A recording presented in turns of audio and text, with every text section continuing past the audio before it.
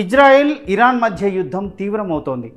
దీనిని అణుయుద్ధం అవుతుందని కూడా కొందరు నిపుణులు అంచనా వేస్తున్నారు. అయితే ఈ సవాళ్ల మధ్య భారత ప్రభుత్వం ఎందుకు మౌనంగా ఉంది? ఆ నిశ్శబ్దం వెనుక వ్యూహం ఏంటి, ధర్మం ఏంటి? ఆ ప్రశ్నకు సమాధానం తెలుసుకుందాం.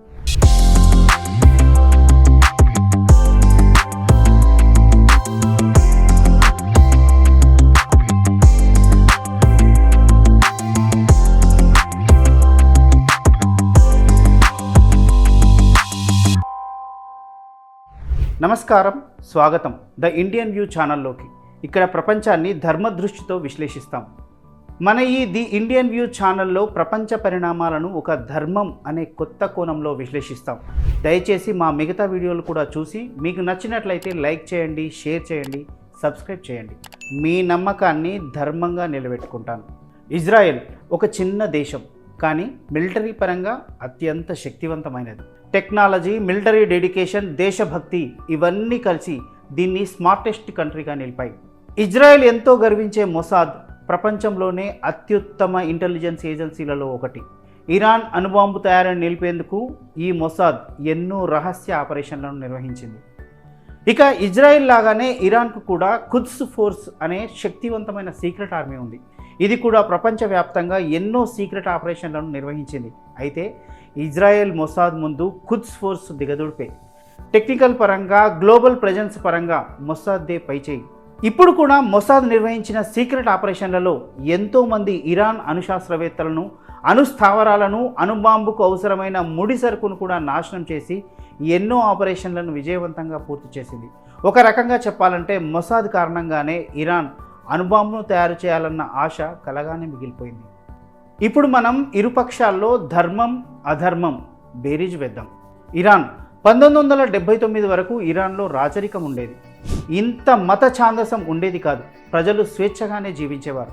అయితే రాచరికం ముగిసి మత పాలకులు దేశాన్ని పట్టుకుంటున్నప్పటి నుంచి దశలవారీగా మత ఛాందసవాదం మరింత పెరిగింది.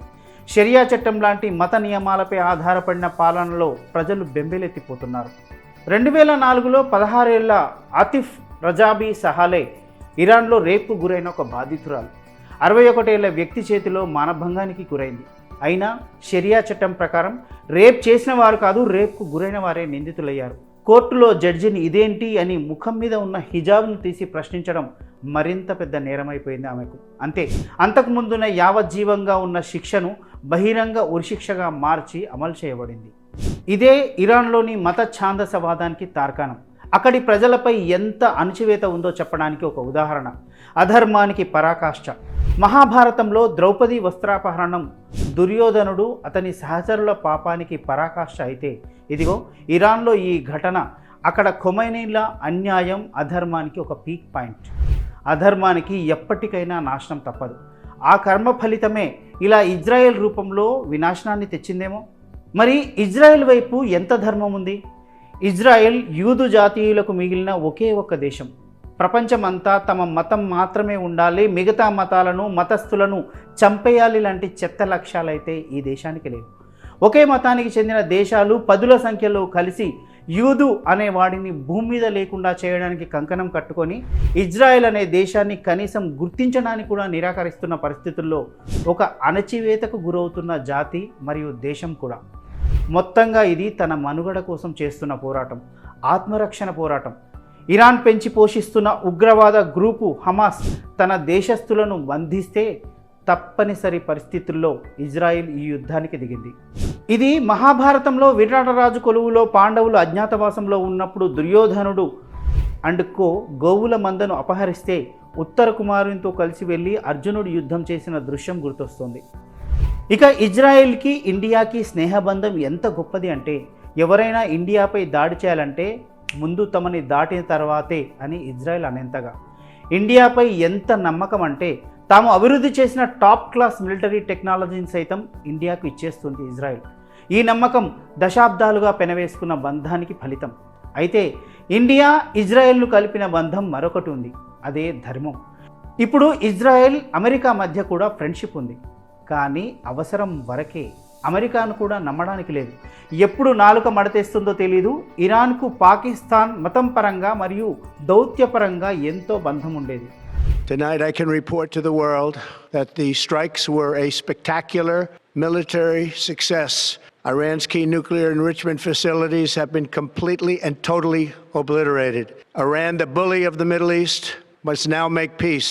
If they do not, future attacks will be far greater and a lot easier. కానీ ఇప్పుడు ఇరాన్పై పోరాటానికి పాకిస్తాన్ అమెరికాకు పావుగా మారిపోయింది. పాకిస్తాన్ది ఒక అవకాశవాదం అంతే. అయితే ఇండియా తన స్నేహం కోసం, తనను శరణుజొచ్చిన వారిని కాపాడడం కోసం తాను నష్టపోతుంది కూడా. బంగ్లా విముక్తి విషయంలో ఇదే జరిగిందని మనందరికీ తెలుసు. ఇరాన్తో ఇండియా సంబంధాలు కూడా బలమైనవే, కానీ స్నేహం మాత్రం కాదు. అవి పూర్తిగా కమర్షియల్, అంటే వ్యాపారపరమైనవి. ఇరాన్ది పూర్తిగా ఆయిల్ ఆధారిత ఆర్థిక వ్యవస్థ. ఇరాన్కు ఇండియా అతిపెద్ద ఆయిల్ కొనుగోలుదారు. అయితే ధర్మం, నమ్మకం అనే పదాలకు పర్యాయపదం లాంటి ఇండియా అంటే ఇరాన్కు గౌరవం. తన బద్ధశత్రువైన ఇజ్రాయెల్తో ఇండియాకు ఉన్న స్నేహం తెలిసి కూడా వ్యాపార బంధాన్ని దశాబ్దాలుగా కొనసాగిస్తోంది అంటే భారత్ను ఇరాన్ మిగతా దేశాల ఘాటన కట్టడం లేదు అనే అర్థం. For the SCO extended family, we flagged the progress made on Chabahar port recently through a long-term agreement between India and Iran. This not only holds great value to landlocked Central Asian states, but also de-risks commerce between India and Eurasia. అది కాక India అంటే ప్రపంచంలోనే వేగంగా ఎదుగుతున్న దేశం. ఇండియాతో ఎప్పటికైనా తమకు అవసరం రావచ్చనే భావనలో ప్రపంచాన్ని ఉంచడంలో ఇండియా సక్సెస్ అయింది. ఇక ఇండియా ఇరాన్ మధ్య బంధానికి ఫిజికల్ రూపం ఇస్తే అదే చాబహార్ పోర్ట్ ప్రాజెక్టు. ఇది మనకు ఒక స్ట్రాటజిక్ అసెట్. ఇది భారత్ను మధ్య ఆసియాకు కనెక్ట్ చేసే ఒక గోల్డెన్ డోర్. మిడిల్ ఏషియా దేశాలతో వాణిజ్యానికి భారత్కు ఉన్న గొప్ప కనెక్టివిటీ ఈ చాబహార్ పోర్ట్. ప్రస్తుతం భారత్కు వ్యతిరేకంగా చైనా చేస్తున్న కుట్రలను ఎదుర్కోవడానికి ఈ పోర్టు చాలా కీలకం. ఇండియాకు మిడిల్ ఏషియా బంధాన్ని తెంచేందుకు చైనా చేయని ప్రయత్నమే లేదు. పాకిస్తాన్ బలూచ్ ప్రాంతంలో ఉన్న గ్వాదర్ పోర్టును తన గుప్పిట్లో పెట్టుకున్న చైనా భారత్ వాణిజ్యావకాశాలను దెబ్బతీసేందుకు ప్లాన్ చేసింది. అయితే ఇరాన్తో పెట్టుకున్న ఒప్పందం ద్వారా చాబహార్ పోర్టును అభివృద్ధి చేసిన ఇండియా చైనా, పాక్ కుట్రలను తిప్పికొట్టింది. సో ఈ చాబహార్ ప్రాజెక్ట్ భారత్కి చాలా కీలకం. ఇరాన్, ఇజ్రాయెల్ రెండూ భారత్కు మిత్రులే. పరస్పర బద్ధ శత్రువులైనా సరే ఏకకాలంలో రెండింటితోనూ మంచి రిలేషన్ మెయింటైన్ చేయగలిగిన సామర్థ్యం మన సొంతం. ముఖ్యంగా ఇరాన్తో ఉన్న బంధం గురించి మనం ఒకసారి చెప్పుకోవాలి. ఒకవైపు ఇజ్రాయెల్ చేస్తున్న దాడులతో తన గగనతలాన్ని మూసివేసిన ఇరాన్ మన ఇండియా కోసం అక్కడ చిక్కుకున్న మన ఇండియన్స్ను తీసుకొచ్చేందుకు మన విమానాలకు అనుమతినివ్వడం నిజానికి ఇండియాకు ఒక పెద్ద దౌత్య విజయం. ఇది మనం విడవకుండా పాటిస్తున్న మైత్రి ధర్మానికి వచ్చిన ఫలితం. ఇదే మన ఫ్రెండ్షిప్ మెయింటెనెన్స్ వెనుక ఉన్న నిశ్శబ్ద స్ట్రాటజీ. ఈ యుద్ధం వల్ల భారత్పై నేరుగా ప్రభావం ఉండదా అంటే ఉంటుంది. ఇరాన్కు పెద్ద దిగుమతిదారు అయిన మన దేశంలో ఆయిల్ ధరలు పెరుగుతాయి, రూపాయి విలువ పడిపోతుంది. అయితే ప్రస్తుతానికి ఇరాన్ నుంచి సరఫరా ఆగిపోలేదు. ఇటు మన దగ్గర కనీసం 3 నెలలకు సరిపడా నిల్వలు ఉన్నాయి. ఇతర దేశాల నుంచి కూడా కాస్త ఎక్కువ ధర పెట్టి కొనుగోలు చేయగల స్థితిలోనే మనం ఉన్నాం. ఏదో ఒక క్షణం అంటూ వస్తే ఇరాన్, ఇజ్రాయెల్కు మధ్యవర్తిత్వం వహించే అర్హత ఉన్న ఒకే ఒక దేశం ఇండియానే. ధర్మంగా ఉన్నవారికి, ధర్మంతో ఉన్నవారికి ఫలితం రావడం లేట్ అవుతుందేమో కానీ రావడం మాత్రం పక్కా. సరైన సమయంలో మన ఇండియాకు గుడ్ న్యూస్. అదే అండమాన్ సముద్రంలో పెద్ద స్థాయిలో క్రూడ్ ఆయిల్ నిల్వలు ఉన్నట్లు కనుగొనడం. అదెంత పెద్ద స్థాయిలో అంటే వచ్చే 2000 ఏళ్ల వరకు కూడా క్రూడ్ ఆయిల్ అవసరాలను తీరుతాయట. When I made this statement about the Krishna Godavari basin, at that point of time that was one place. Now we have found green shoots oil in several other places, and I think it's only a matter of time before we find a big Guyana in the Andaman Sea. So that is ongoing. Bharat ధర్మనిరతికి ప్రకృతి ఇచ్చిన ఒక బహుమతి ఇది. భారతదేశం శాంతిని కోరుతుంది. భారత్ పలికే శాంతి వచనాలు చేతకానితనం కాదని ఈ మధ్య నిరూపితమయ్యాయి కూడా. యుద్ధం తప్పదని తెలిసినప్పటికీ శ్రీకృష్ణుడు రాయబారిగా యుద్ధం ఆపాలనే ప్రయత్నించాడు. తర్వాత తాను యుద్ధంలో ఉన్నాడు, కానీ యుద్ధం చేయలేదు, ఆయుధం పట్టలేదు. ధర్మాన్ని గెలిపించేందుకు అవసరమైనవన్నీ చేయించాడు. ఇప్పుడు నవభారతం శ్రీకృష్ణుని పాత్రే పోషిస్తోంది. ఈ నిశ్శబ్దం వెనుక అనంతమైన శక్తి దాగి ఉంది, కానీ అవసరమైనప్పుడు ధర్మస్థాపన కోసం మాత్రమే వాడుతుంది అంతే. మన అంతిమ లక్ష్యం ధర్మో రక్షతి రక్షితః.